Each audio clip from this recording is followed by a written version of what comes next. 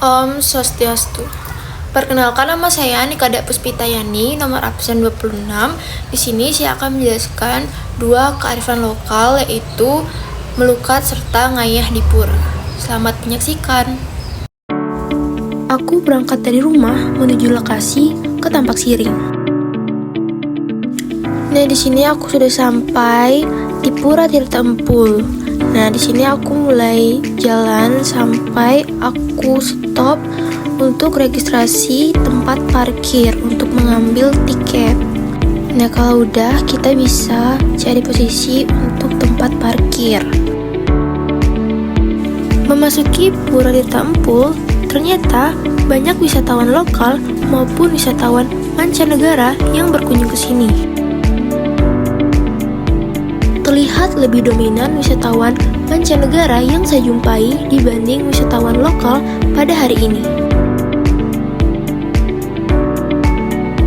Di sini, orang-orang melakukan sembahyang sebagai bentuk doa dan permohonan kepada Tuhan, memohon ketenangan, keselamatan, dan keseimbangan hidup sebelum atau sesudah melukat di Pura Tirta Empul.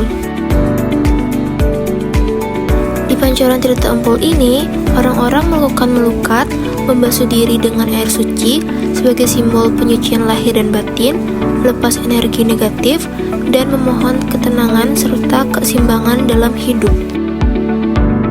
Saat melukat di Pancoran Tirta Empul, biasanya orang membasuh kepala dan wajah dengan air suci sebanyak 3 kali di setiap pancoran sebagai simbol pembersihan lahir dan batin. Lalu, meminum airnya 3 kali sebagai doa untuk penyucian dari dalam. Jumlahnya bisa sedikit berbeda tergantung tradisi dan arahan pemangku, tapi intinya dilakukan dengan tenang, tertib, dan penuh niat.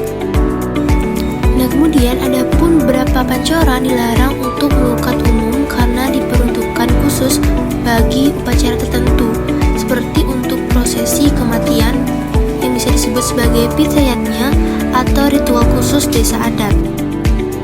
Biasanya pancoran yang tidak boleh dipakai sudah diberi tanda atau pemberitahuan, jadi pengunjung diminta melewati saja tanpa melukat. Nah, ini dilakukan sebagai bentuk penghormatan terhadap kesucian dan fungsi tiap pancoran. Swastiastu Bapak. Ya. Siapa namanya Bapak? Saya Pak Toko. Dan jadi pertanyaan buat Bapak nih. Yang pertama itu, apa arti melukat bagi umat Hindu? Arti dari sebuah melukat itu sesuai dengan kepercayaan kita masing-masing, terutama masalah agama Hindu. Kalau merasa dirinya kurang sehat dan mimpi yang kurang bagus, itu tumbuh rasa keyakinan untuk mengadakan ritual yang disebut melukat. Itu salah satu yang masyarakat dipercaya umat seluruh Nusantara mungkin seperti itu, terutama masalah ajaran Hindu. Itu sudah berjalan bukan dari 1-2 bulan, itu ratusan tahun yang semenjak Bali itu berada dan percaya umat Hindu, itulah yang dipercaya sampai saat ini. Baik, terus selanjutnya itu bagaimana urutan atau cara melukat yang benar? Kalau urutan itu masalah melukat itu ada aturan dan ada yang mengatur di dalam, dan orang-orang kita yang datang ke sini hanya untuk mengikuti bagaimana tata cara yang ada di dalam itu tetap diikuti sesuai dengan aturan yang ada. Masalah tata tertib itu yang dilakukan masyarakat di sini, kita wajib mengadakan suatu sopan santun sesuai dengan aturan yang di sini. Setiap orang yang datang ke sini harus mengikuti kewajiban dan aturan itu supaya berjalan tertib untuk mengatur dan mengamankan banyak orang yang mengadakan ritual pelukatan. Terus apakah ada aturan atau sopan santun yang harus dipatuhi saat melukat, seperti apa saja? Masalah sopan santun itu yang dilakukan sesuai dengan aturan yang di dalam itu. Umpamanya mengambil, banyaknya orang akan mengambil pengelukatan itu diambil dari sisi barat menuju ke timur. Tetapi ada salah satu air suci yang tidak dilakukan pengelukatan itu, tirta pengentas, tirta pembersihan itu yang tidak dipakai. Sebab tidak dipakai apa? Apabila ada kematian, salah satu tirta pembersihan dan tirta pengentas itu baru difungsikan untuk ada kematian. Kalau pengelukatan itu di sebelah itu langsung ke timur itu semua dilakukan. Baik, itu saja wawancara yang sampaikan. Terima kasih Bapak. Ngayah nyapu di pura dilakukan dengan tulus dan ikhlas, bukan karena kewajiban, tapi karena kesadaran untuk ngayah dan menjaga kesucian pura.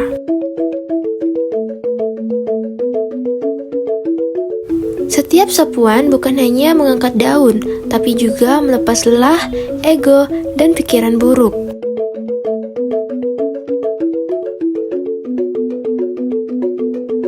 Kemudian, ngayah di pura mengajarkan bahwa pengabdian tidak selalu tentang besar kecilnya peran, tapi tentang keikhlasan.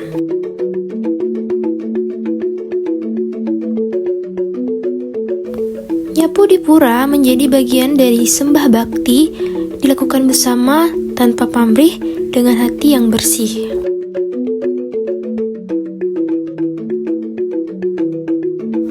Dalam kesederhanaan ngayah nyapu, ada rasa damai dan kebersamaan yang tidak bisa dibeli. Ngayah bukan tentang terlihat, tapi tentang hadir dan memberi dengan tulus. Membersihkan pura adalah cara kami menjaga keseimbangan antara alam, manusia, dan Sang Pencipta. Dengan ngayah, kami merawat pura sekaligus merawat nilai kebersamaan dan bakti. Om Swastiastu. Om Swastiastu. Baik, di sini saya akan memberikan Bapak sedikit pertanyaan. Dimulai dari nama Bapak. Siapa nama Bapak? Madewinyo, juru sapuh ditempekan dalam. Oke. Baik, pertanyaan yang pertama itu, apa yang dimaksud dengan tradisi ngayah di pura? Maksud ngayah di pura membersihkan halaman pura sebelum juru mangku mengaturkan sesajen jangklion. Sebelum rarain ke jangklion, kita siap menyapu untuk membersihkan halaman sebelum juru mangku mengaturkan sesajen. Pura itu harus bersih dan lestari. Baik, yang pertanyaan kedua yaitu, sejak kapan Bapak mulai ikut ngayah di pura? Saya ikut ngayah di pura dalam dari anak kecil sampai berumur 24 tahun. Terus yang ketiga itu, apa tujuan masyarakat melakukan ngayah di pura? Tujuan masyarakat ngayah di pura sebelum sembahyang supaya nataran pura itu bersih, supaya melakukan persembahyangan merasa nyaman. Terus pertanyaan yang keempat yaitu, apakah kegiatan nyapu dilakukan secara rutin? Kapan biasanya dilaksanakan? Nyapu dilaksanakan sehari sebelum rerainan Kajangklion.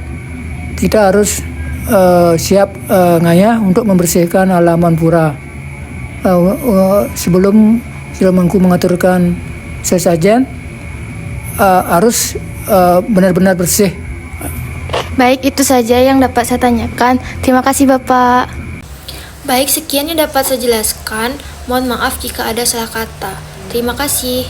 Om Santi Santi Santi Om.